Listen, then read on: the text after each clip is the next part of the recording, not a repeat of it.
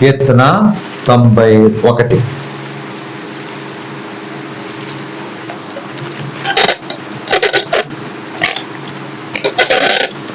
పాత నిబంధనలో page number 501. 501 కీర్తన 91.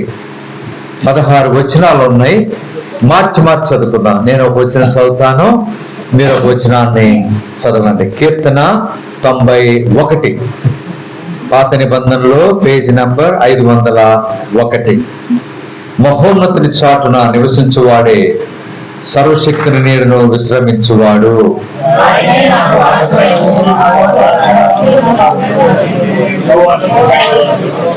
వేటకాని ఊరిలో నుండి ఆయన నిన్ను విడిపించును, నాశనకరమైన తెగులు రాకుండా నిన్ను రక్షించును.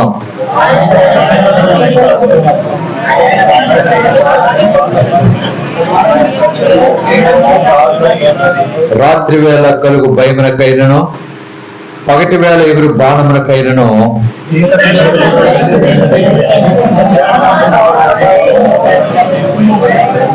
నీ ప్రక్కన 1000 మంది పడినను, నీ కుడి ప్రక్కన 10,000 మంది కూలినను, అపాయము నీ వద్దకు రాదు.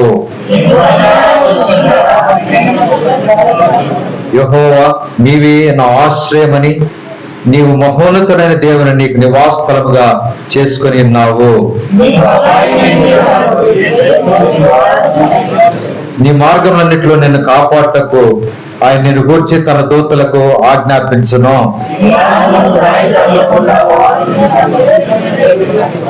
నీవు సింహములను నాగుపాములను త్రొక్కెదవు, కొదమ సింహములను భుజంగములను అనగదొక్కెదవు.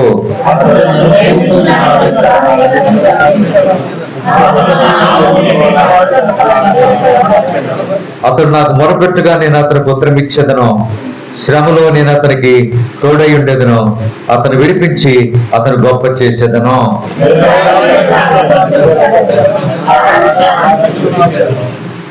దేవుడు చదివిన ఈ కీర్తనను దీవించి ఈ రాత్రికాల సమయంలో మనందరితో తన వాక్యం ద్వారా మాట్లాడగాక.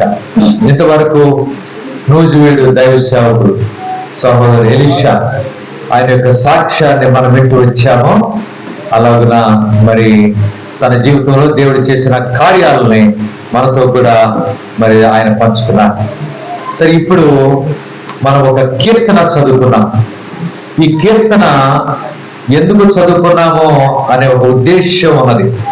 ఉద్దేశపూర్వకంగానే ఈ కీర్తన చదువుకున్నాం. సరే, ఈ కీర్తన చాలా ప్రాముఖ్యమైనది. మరి అందరూ క్రైస్తవ లోకంలో అందరికీ కీర్తన అంటే చాలా ఇష్టం. ఎవరైనా సరే ఈ కీర్తన చదివితే చాలా సంతోషించేవారు ఉంటారు. అన్ని కీర్తనలో చాలా విషయాలు రాయబడినవిగా ఉంటున్నాయి. సరే, ఇప్పుడు ఎందుకు ఈ రాత్రి ఈ కీర్తన చదువుకున్నామంటే సుభాకర్ గారి గురించే చదువుకోవాల్సి వచ్చింది. ఏంటి సుభాకర్ గారి గురించి 91వ కీర్తన చదువుకోవాల్సి వచ్చిందంటే, ఆయన ఈ నెల 23వ తారీఖు అంటే సోమవారం ఆయన 90వ సంవత్సరం పూర్తయి ఎన్నో సంవత్సరాలు ప్రవేశించారు? 91. 91వ సంవత్సరంలో ప్రవేశించిన సందర్భం అది. మామూలుగా ఈ లోకంలో జన్మించిన తారీఖు సెప్టెంబర్ 23. ఈరోజు ఆత్మీయ బర్త్డే, ఆత్మీయ పుట్టినరోజు, రక్షించబడిన దినం కనుక మామూలు పుట్టుక, రక్షించబడిన పుట్టుక ఈ రెండు కూడా ఒకే నెలలో వచ్చినాయి. ఏ నెలలో? సెప్టెంబర్ నెలలో వచ్చినాయి. సెప్టెంబర్ 23 ఏమో ఈ లోకంలో ఆయన జన్మించిన తారీఖు, రక్షణ పొందిన తారీఖేమో ఈ నెల సెప్టెంబర్ 27వ తారీఖు. అలాగున దేవుడు తన దాసుని 90 సంవత్సరాలు కాపాడి భద్రపరిచి ఆయన క్షేమంలో ఉంచి 91వ సంవత్సరంలో ప్రవేశపెట్టిన సందర్భం.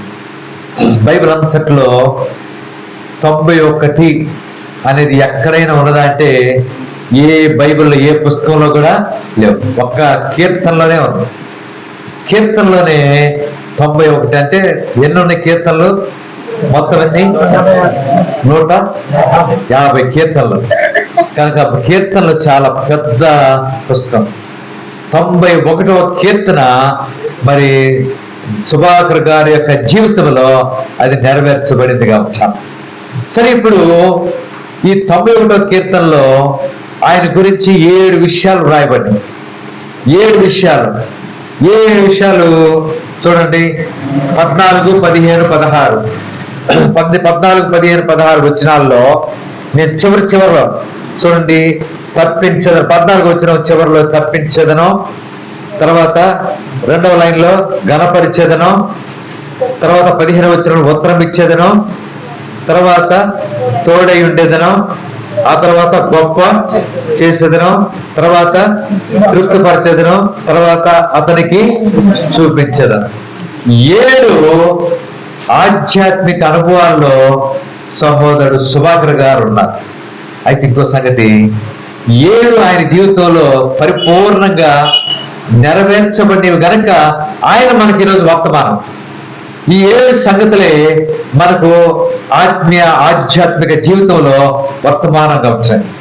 ఆ 7 సంగతులను మనం జ్ఞాపకం చేసుకున్నాం. చూడండి, మొదటిదిగా 14 వచనం, అతడు నన్ను ప్రేమించుచున్నాడు గనక నేను అతన్ని.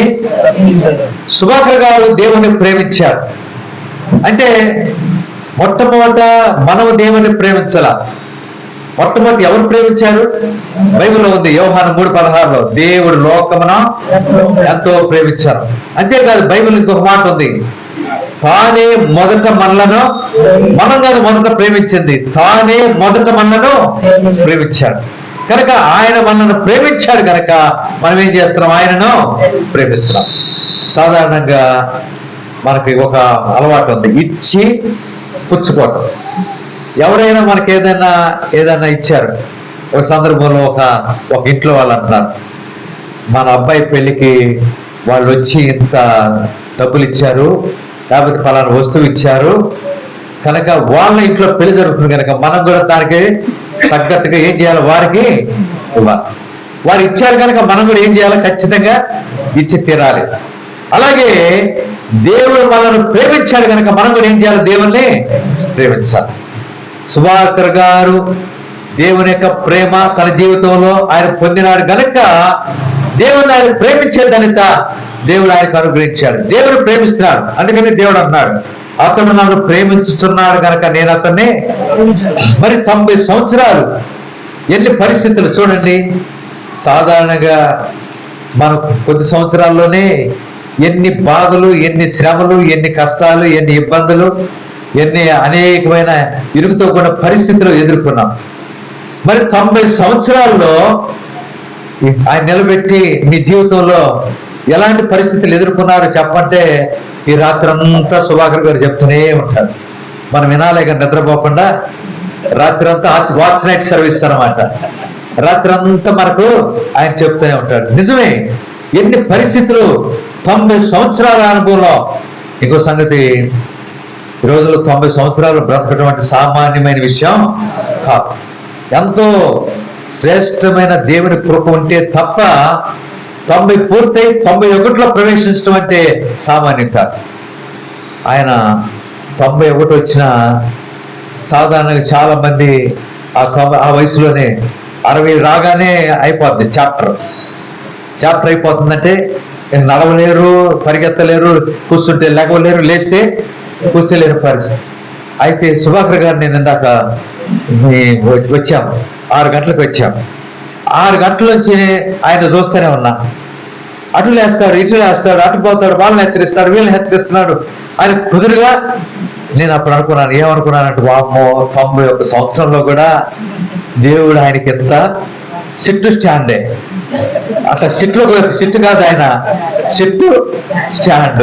లేస్తున్నాడు, కూర్చుంటున్నాడు, వాళ్ళని హెచ్చరిస్తున్నాడు, అట్ట చేయమంటున్నాడు, గారెలు ఇస్తున్నారు, వాళ్ళ చీలు ఏర్పాట్లు ఎన్ని సమస్తం చేస్తున్నారు. అంటే దేవుని యొక్క కృప సామాన్యమైంది. 91 సంవత్సరంలో కూడా దేవుడు అతను ప్రేమించే అనుభవం ఆయన కలిగిన వాడు కూర్చున్నాడు. కనుక దేవుడిని ప్రేమించాడు కనుక దేవుణ్ణి ఆయన ప్రేమించే ధన్యత అనుగ్రహించాడు. సరే, ఇప్పుడు దేవుణ్ణి మనం ప్రేమిస్తున్నాం. దేవుని ప్రేమిస్తే ఎవరైనా మనం ఒక వ్యక్తిని మనం ప్రేమిస్తున్నామంటే ఆ వ్యక్తి ఏది అడిగితే మనం ఏం చేస్తాం? దాన్ని ఇవ్వాలని కోరుకుంటాం, ఇవ్వాలని ఇష్టపడుతుంటాం. మరి దేవుడు అంతగా ప్రేమిస్తే, నువ్వు దేవుడిని ప్రేమిస్తే దేవుడు అడిగింది నువ్వు తప్పకుండా ఇస్తావు. మొట్టమొదటి ఏమి ఇస్తాము? దేవుడు ఏమడుగుతున్నాడు నీ దగ్గర నుంచి? ఏం అడగల. ఏమడిగాడు? నీ హృదయాన్ని అడిగాడు. ఇక్కడ కూర్చున్న వాళ్ళు చాలా మంది హృదయాన్ని దేవునికి ఇచ్చారు. ఇంకా ఎవరైనా దేవునికి హృదయం ఇవ్వకుండా, పెద్దవాళ్ళు, యవనస్తులు, పిల్లలు ఉన్నారు, ఇంకా దేవునికి హృదయాన్ని ఇవ్వకుండా ఉంటే ఈ రాత్రి కాల సమయంలో యేసు ప్రభువు వారు ఏమంటున్నాడు? నా కుమారుడా, నీ హృదయము నాకిమ్ము అని అడుగుతాడు. కనుక ప్రభు అడిగిన హృదయాన్ని, నీ హృదయాన్ని ప్రభుకి ఇస్తావు. ఎందుకు? బైబిల్ ఒక మాట ఉంది, హృదయం అన్నిటికంటే మోసకరమైనది, ఘోరమైన అది. కనుక ఆ హృదయంలో ఉన్న మోసకరమైన పరిస్థితి నుంచి మన జీవితాలు తప్పించబడాలి. అందుకని బైబిల్ ఒక వాక్యం ఉంది. నేను వాక్యం చెప్తాను, ఎవరైనా రెఫరెన్స్ చెప్పండి. హృదయ శుద్ధి గల వారు ధన్యులు, వారు దేవుని చూస్తారు. రిఫరెన్స్ చెప్తారా? మత్తయి సువార్త 5వ అధ్యాయం. అంతటితో ఆగిపోయారు, అంతవరకే తెలుసు. అంటే అర్థం ఏంటి? డాష్ అయ్యా, రిఫరెన్స్ పుస్తకం చెప్పాం కదా, మత్తయి సువార్త 5, ఆ రిఫరెన్స్ నువ్వే చెప్పుకో అన్నట్టున్నారు.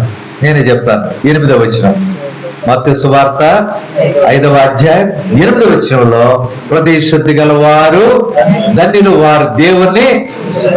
కనుక నీ హృదయ శుద్ధి లేకపోతే, పిల్లలు మీరు యేసు హృదయంలో చేర్చుకున్నారా? ఇక అయ్యా మమ్మల్ని మేము ముందు కూర్చున్నాము నాయన అనుకుంటున్నారు వీళ్ళు. వాళ్ళు మొన్న వెళ్ళిపోయారు, ఇక్కడ కూర్చున్న దాచి వెళ్ళిపోయింది. ఎప్పుడు నమ్ముకుంటారు మరి? యేసు హృదయంలో చేర్చుకుంటారా? యేసు ఎక్కడున్నాడు ఇప్పుడు? యేసు ఎక్కడుండాలా? యేసు హృదయంలో ఉండాలా. కనుక హృదయాన్ని అడుగుతున్నాడు. ఇంకా ఎవరైనా యేసు హృదయంలో చేర్చుకోకపోతే ఈ సమయంలో, యేసు ప్రభువా, నేను పాపిని, నన్ను క్షమించు, నీ రక్తం ద్వారా నన్ను కడుగు, నా హృదయంలోనికి రమ్మని ప్రభువును నీ హృదయంలో చేర్చుకో. అది నిజంగా ప్రభువును ప్రేమిస్తే ఆయన హృదయాన్ని అడుగుచుండగా నీ హృదయాన్ని, పాప హృదయాన్ని ప్రభుకిచ్చి ప్రభువును హృదయంలో చేర్చుకునే ఆ ధన్యత హృదయంలో కలిగి ఉంటా. తెరువు నీ హృదయ ద్వారము నేడే, ప్రభు యేసునందే రక్షణ కలదు, నిర్లక్ష్యముగా జీవించనేలా, నిర్లక్ష్యముగా జీవించనేలా, వేచి ఉన్నది తీర్పుని కొరకై,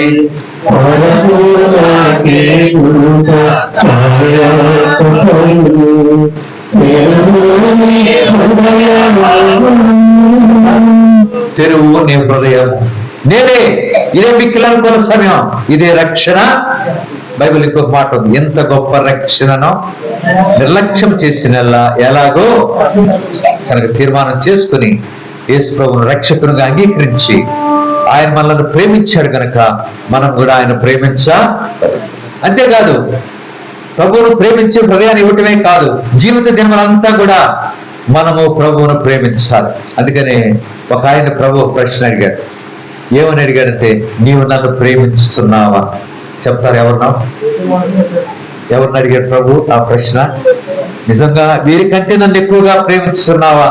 ఎవరిని ఆ ప్రశ్న అడిగింది? యేసు ప్రభు వారు ఎవరిని అడిగారు? పేతురును.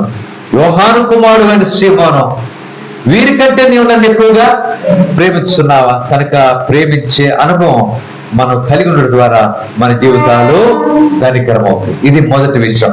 రెండవదిగా చూడండి, మరి సుభాకర్ గారి గురించి 2వ లైన్, అతడు నా నామము నెరిగిన వాడు గనక నేను అతన్ని కనపరచదు. అతడు నా నామము నెరిగిన వాడు గనక నేను అతన్ని కనపరచదు. సుభాకర్ గారు దేవుని యొక్క నామాన్ని ఎరిగినవాడు కనుక, యేసు ప్రభు యొక్క నామము చాలా బలమైన నామం, అది పరిశుద్ధమైన నామం, గొప్ప నామము, అద్భుతమైన నామము, లోకంలో ఉన్న అన్ని నామముల కంటే హెచ్చైన, అన్ని నామముల కంటే పైనామము. ఆ నామాన్ని ఆయన ఎరిగాడు. కనుక ఈరోజు దేవుణ్ణి మనం ఎరిగిన వారు ఉంటున్నామా? అందుకని బైబిల్ ఒక మాట ఉంది, యెహోవా ఉత్తముడని రుచి చూచి తెలుసుకో. కనుక ఆయన ఎరగాలి.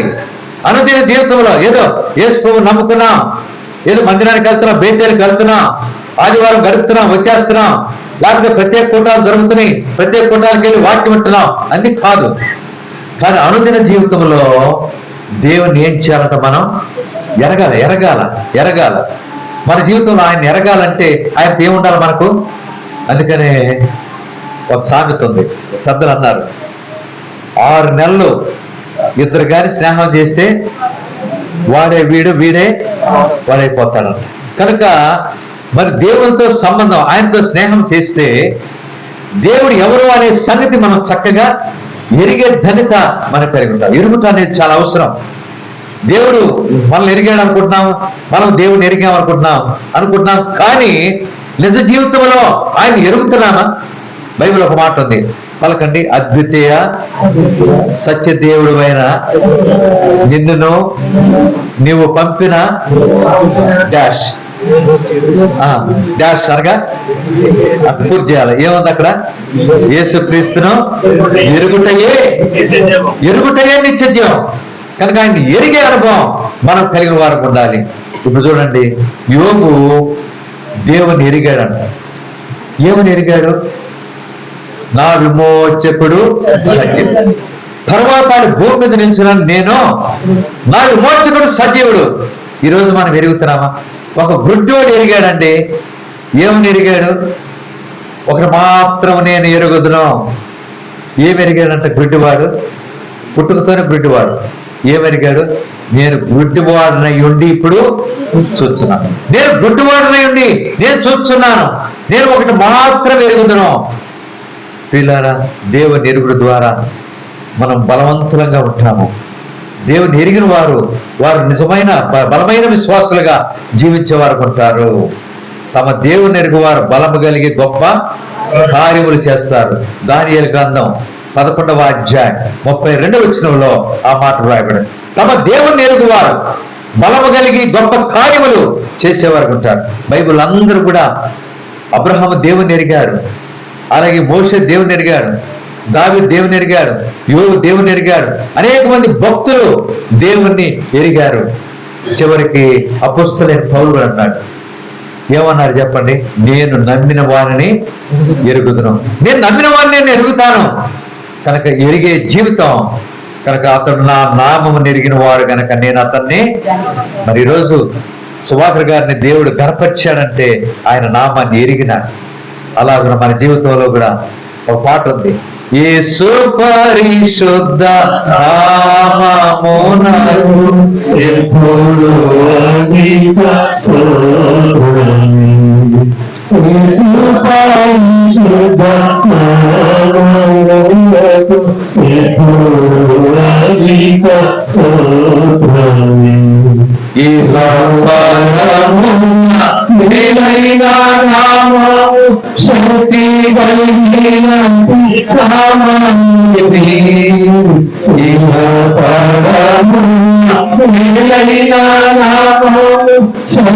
శక్తి కలిగిన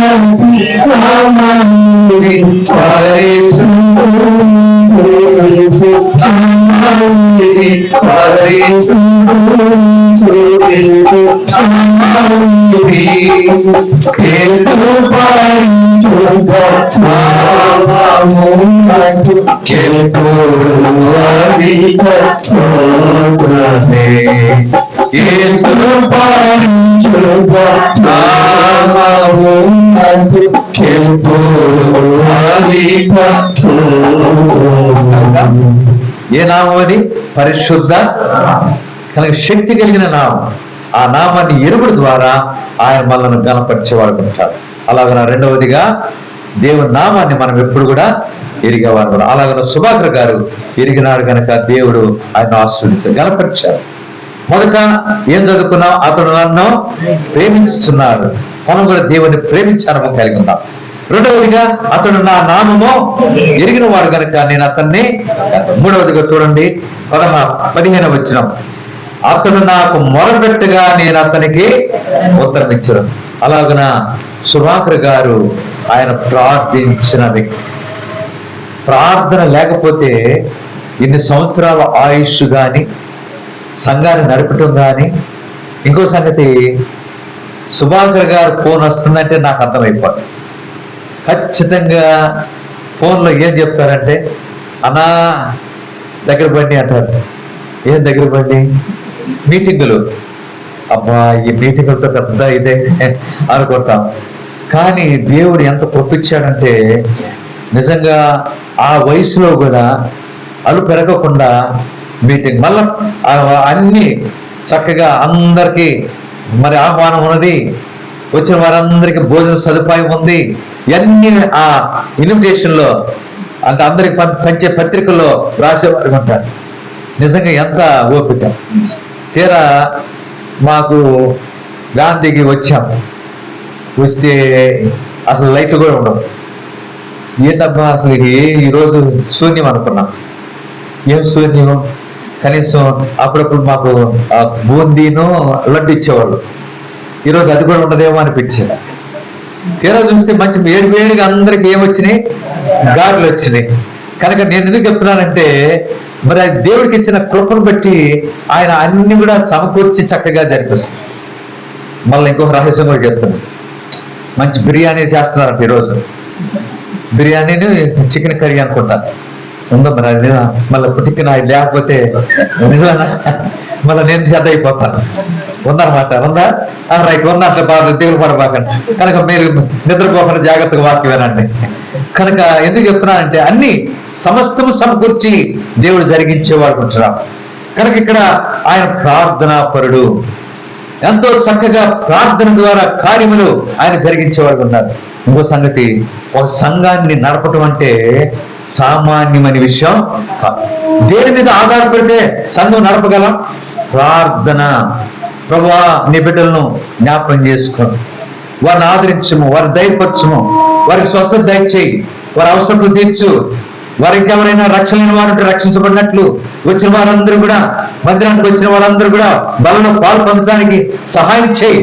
అలాగా ప్రతి ఒక్క విశ్వాస యొక్క క్షేమం కొరకు ఆయన ప్రార్థన చేసే అనుభవం, అలాగే కుటుంబ క్షేమం కొరకు, అనేక అవసరతల కొరకు ఆయన ప్రార్థన చేసిన అనుభవం కలిగి ఉంటాడు. ఈరోజు మనం ప్రార్థన చేస్తున్నాము. ప్రార్థన అనేది చాలా శ్రేష్టమైనది. ఒక కుటుంబంలో ఒక విశ్వాస యొక్క జీవితానికి ఏది అవసరం అంటే ప్రార్థన. ప్రార్థన లేని జీవితము క్షామము, ప్రార్థన ఉన్న జీవితము క్షేమము. క్షామం అంటే కరువు, ప్రార్థన లేని జీవితం కరువు. ప్రార్థన ఉన్న జీవితం ఎంతో క్షేమాన్ని కలుగు చేసేదిగా ఉంటుంది. కనుక దేవుని బిడ్డలమైన మనం, అందుకని యేసు ప్రభువు వారు అనేక పర్యాయములు హెచ్చరించారు. శోధనలో ప్రవేశించుకున్నట్లు మెలకువగా ఉండి ప్రార్థన చేయండి, విసుక నిత్యమో ప్రార్థన చేయండి. కనుక ఈ దినాల్లో ప్రార్థన అనేది ఎంతైనా అవసరం. వ్యక్తిగతంగా ప్రార్థన చేయి, కుటుంబంతో బిడ్డలతో కలిసి ప్రార్థన చేయి. అలాగే మందిరానికి వచ్చి మందిరంలో ప్రార్థన చేస్తే అనేకమైన బలమైన కార్యములు జరిగేవిగా ఉంటున్నవి.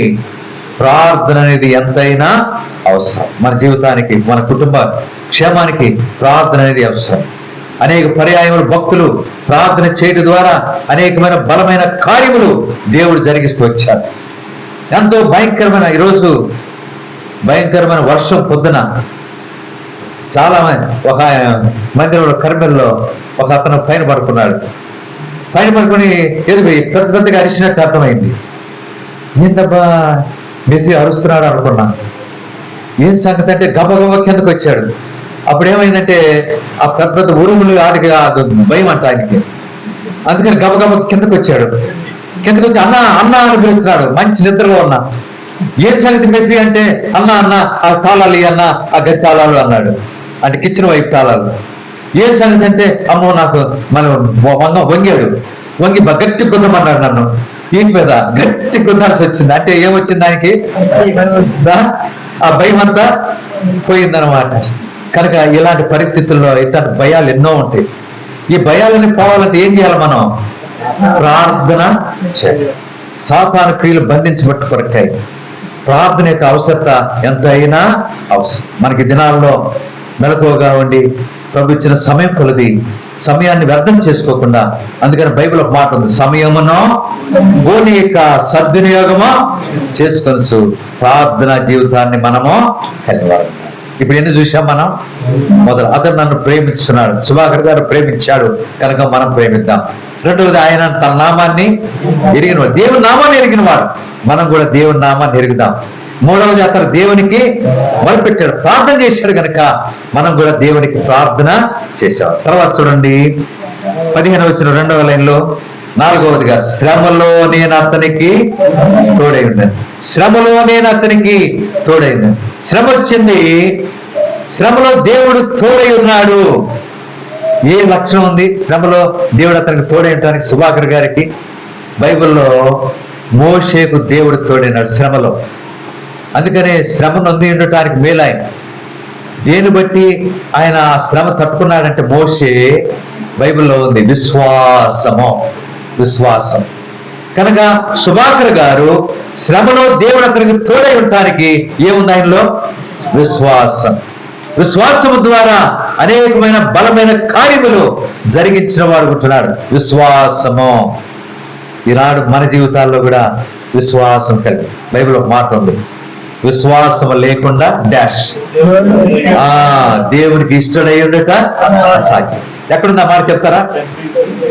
హెబ్రీ 11:6 హెబ్రీ 11:6 విశ్వాసం లేకుండా దేవునికి ఇష్టడై ఉండట. ఎంత విశ్వాసం ఉండాలంట? ప్రభు చెప్పాడు, ఆవగింజంత విశ్వాసం. ఆవగింజంత విశ్వాసం ఉంటే కొండను చూసి ఎక్కడ పడితే పరమటి పడుద్దంట, సముద్రంలో పరమటి పడుద్దంట. అయితే ఈ దినాల్లో మన విశ్వాసం ఎక్కడుందంటే కొంగ భక్తి, కొంగ విశ్వాసం. ఏంటి కొంగ విశ్వాసం? ఒక కన్ను మూసి ఒక కన్ను, దేవుడు చెప్పాడు కదా కొండ మనకి ఏదన్నా సరే, కొండే కాదు ఇంకేదైనా ఆ వస్తువు పోయి సముద్రంలో పడమని చెప్పి మనం ఏం చేస్తాం? ఒక కన్ను మూసి ఒక కన్ను తెరిచి ప్రార్థన చేస్తాం. జరుగుద్దా? మళ్ళీ తర్వాత ఏమనుకుంటామంటే నేను ముందే అనుకున్నాను, ఏమని? ఇది జరగదనే అనుకున్నాను, అదే జరిగింది అంటారు. కనుక అట్లా కాదు, పరిపూర్ణమైన విశ్వాసం. మన జీవితాల్లో పరిపూర్ణమైన విశ్వాసం మనం కలిగి ఉంటే మన జీవితాలు ధన్యకరం అవుతాయి. కనుక మొదట ప్రేమించుట, దేవుని నామాన్ని ఎరుగుట, మూడవది దేవునికి ప్రార్థన చేయుట, నాలుగవది విశ్వాస జీవితము కలిగి ఉంటాం. ఐదవదిగా చూడండి, 15వ చివర అతన్ని విడిపించి అతని గొప్ప చేసిన, అతన్ని విడిపించి అతని గొప్ప చేశాడు.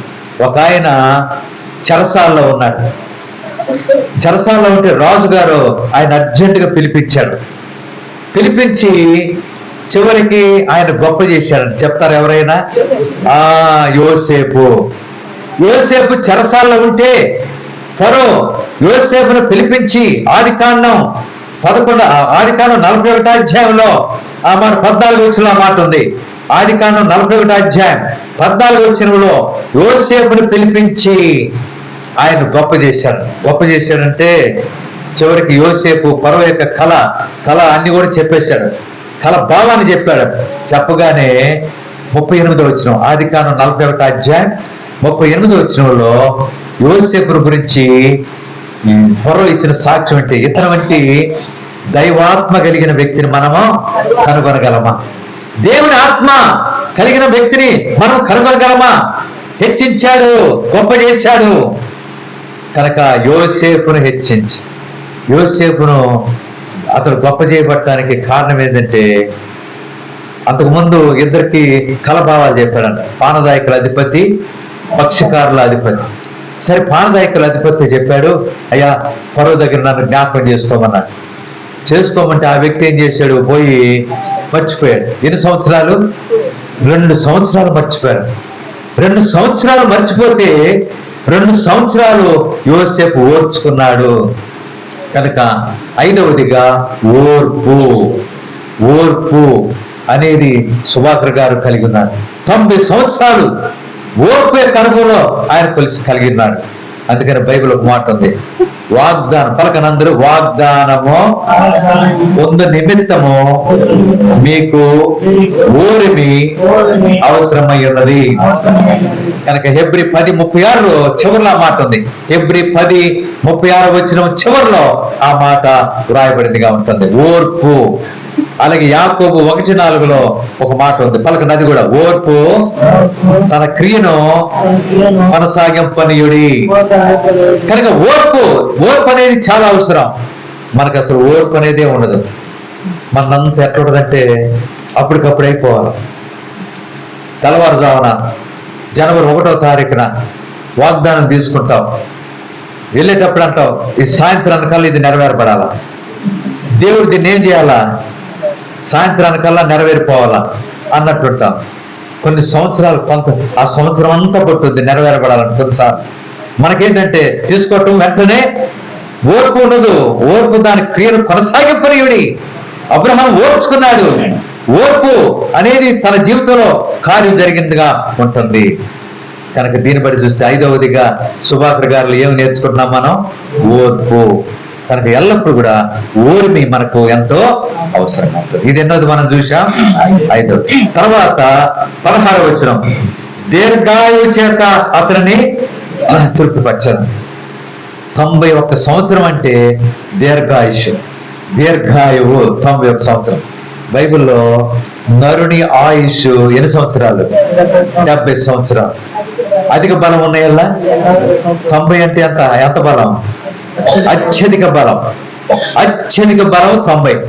మరి సుభాకర్ గారు 90 దాటిపోయి ఇప్పుడు ఏ సంవత్సరం వచ్చినారు అంటే ఏ బలం? అత్యధిక కాదు, మహాబలము. మహాబలం. ఇక మహాబలాన్ని మించింది బైబిల్లో ఇంకోటి లేదు. 1వ సమూయేలు 2వ అధ్యాయం 1వ వచనంలో ఆ మాట ఉంది. హన్న అంటుంది, ప్రభు దేవుని వల్ల నాకు మహాబలము కలిగిన, మహాబలమే కనుగొలో సుభాకర్ గారు ఉన్నారు. అంటే దీని అర్థం ఏంటంటే ఇన్ని సంవత్సరాలు తన జీవితంలో గడపడానికి ఏముందంటే నిరీక్షణ. నిరీక్షణ. కనుక బైబిల్లో 3 ఉన్నాయి. ఆ 3 శ్రేష్టమైనవి అంట. ఆ 3లో శ్రేష్టమైనది ఏంటంటే ప్రేమ. 3 ఏంటి చెప్పండి? 3 నిలుస్తాయి అంట. విశ్వాసము, నిరీక్షణ, ప్రేమ. ప్రేమ చూసాము, విశ్వాసం చూసాము. తర్వాత ఇప్పుడు 6వదిగా ఏం చూస్తున్నా? నిరీక్షణ. కనుక సుభాకర్ గారి జీవితంలో నిరీక్షణ అనేది ఆయన కలిగిన వాడు ఉంటారు. నిరీక్షణ. దేవుడు అన్ని సహాయం చేస్తాడు. దేవుడు నా జీవితంలో ఈ మీటింగ్లు పెడుతుంటే అద్భుతంగా మహిమలో, క్రీస్తు యేసు మహిమలో ప్రతి అవసరత తీరుస్తాడు. తప్పకుండా మీటింగ్లు చక్కగా జరుగుతుందనే ఆ నిరీక్షణ ఆయనకున్నది. అన్ని కార్యాల్లో కూడా దేవుడు నన్ను బాగు చేస్తాడు, లేకపోతే సహోదరుని బాగు చేస్తాడనే నిరీక్షణ ఆయన కలిగి ఉన్నాడు. దేవుడు నా జీవితంలో అనేక గొప్ప కార్యములు నిరీక్షణ కలిగిన వారు ఏమని స్తుతిస్తారు? నా ప్రాణమా యెహోవాను సన్నతించుము, నా అంతరంగమ సమస్తమా ఆయన పరిశుద్ధ నామమును సన్నతించుము, నా ప్రాణమా యెహోవాను సన్నతించుము, ఆయన చేసిన ఉపకారముల్లో. ఎవరు ఈ అనుభవం ఈ రీతికి స్తుతించే వాళ్ళు? నిరీక్షణ కలిగిన వారు. నిరీక్షణ. ఆ నిరీక్షణ తన జీవితం. అందుకనే నిరీక్షణ కలిగి ఉన్నాడు కనుక దేంతో తృప్తిపరిచినాడు? దీర్ఘాయువు. దీర్ఘాయువు చేత అతనిని తృప్తిపరిచినాడు. నిరీక్షణ యొక్క అనుభవం 6వదిగా ఆయన కలిగి ఉన్నాడు. చివరగా నా రక్షణ 7వదిగా 16వ వచనం చివర, నా రక్షణ అతనికి. ఏ రక్షణ అంటే దేవుడు సిద్ధపరిచిన రక్షణ. నేను ఒక వాక్యం చెప్తాను, ఆ వాక్యం యొక్క అనుభవం ఉన్న వ్యక్తి ఎవరో చెప్పండి. నేను సకల జనుల ఎదుట సిద్ధపరిచిన రక్షణను నేను కన్నులారా చూచితిని అన్నాడు ఒక వ్యక్తి. దేవుడు సిద్ధపరిచిన రక్షణ నేను కన్నులారా చూచితిని. షుమయోను. మన లూకా సువార్త 2వ అధ్యాయం 29, 32 కలిసి ఉంటాయి. 29, 32 వచనాల్లో నీవు సకల ప్రజల ఎదుట సిద్ధపరిచిన రక్షణ నేను కన్నులారా చూచి. కనుక ఆయన రక్షించబడినాడు. ఈరోజు రక్షణ పొందిన దినం. ఈరోజు రక్షణలో ఆయన ఎదుగుతూ వచ్చాడు. 91 సంవత్సరంలో ప్రవేశి. మరి సుభాకర్ గారు మీరు రక్షణ పొంది ఎన్ని సంవత్సరాలైంది? కాదు, ఎన్ని సంవత్సరాలైంది మీకు? ఈరోజుతో కలిపితే 54 అయిపోయి 55. 55 సంవత్సరాలు ఆయన రక్షణలో ఎదుగుతూ ఈరోజు సిద్ధపరిచిన రక్షణ కనుమలో ఆయన కొనసాగుతుంది. అందుకని ఈరోజు మనం ఏం చేయాలా?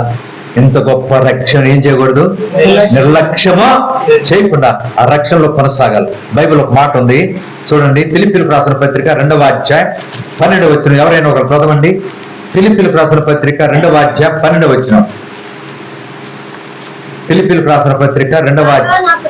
కాగా నా ప్రియులారా, మీరు ఎల్లప్పుడూ విధేయులైన ప్రకారం నా ఎదుట ఉన్నప్పుడు మాత్రమే గాక మరి ఎక్కువగా నేను మీతో లేని ఈ కాలమందును భయముతోను వణకుతోను మీ సొంత రక్షణను కొనసాగించుకోవాలి. అలాగున సుభాకర్ గారు మరి తన సొంత రక్షణ 55 సంవత్సరాలు తన సొంత రక్షణను కొనసాగించుకున్నాం. మనం కూడా ఎలాంటి అనుభవం కొనసాగించుకోవాలంట, భయముతోనూ వణకుతోనూ మన సొంత రక్షణను కొనసాగించుకునే అనుభవం మనం కలిగి వారికి ఉండాలి. అలాంటి అనుభవంలో మరి సుభాకర్ గారిని ఉంచినాడు కనుక అతను దేవుని ప్రేమించినాడు, అతను నన్ను ప్రేమించినాడు.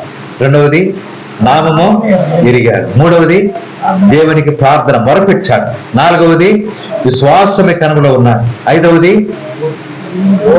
ఓర్పు కనుమలో ఉన్నాడు. ఆరవదిగా నిరీక్షణ కనుమలో ఉన్నాడు. ఏడవదిగా సొంత రక్షణను కొనసాగించుకునే అనుభవంలో ఉన్నాడు. ఈ 7 ఆధ్యాత్మిక అనుభవాలు మనం లక్షణాలు కలిగి అలాగ మనం జీవించాలన్నదే ప్రభు ఇచ్చిన వర్తమానం. ఆ రీతిగా మనం జీవిస్తూ ప్రభు రాకడ కొరకై మనం సిద్ధపడాలన్నదే ప్రభు ఇచ్చిన వర్తమానం. ఆ రీతిగా జీవించినట్లు ప్రభు మనకు సహాయమో చేయనుగాక.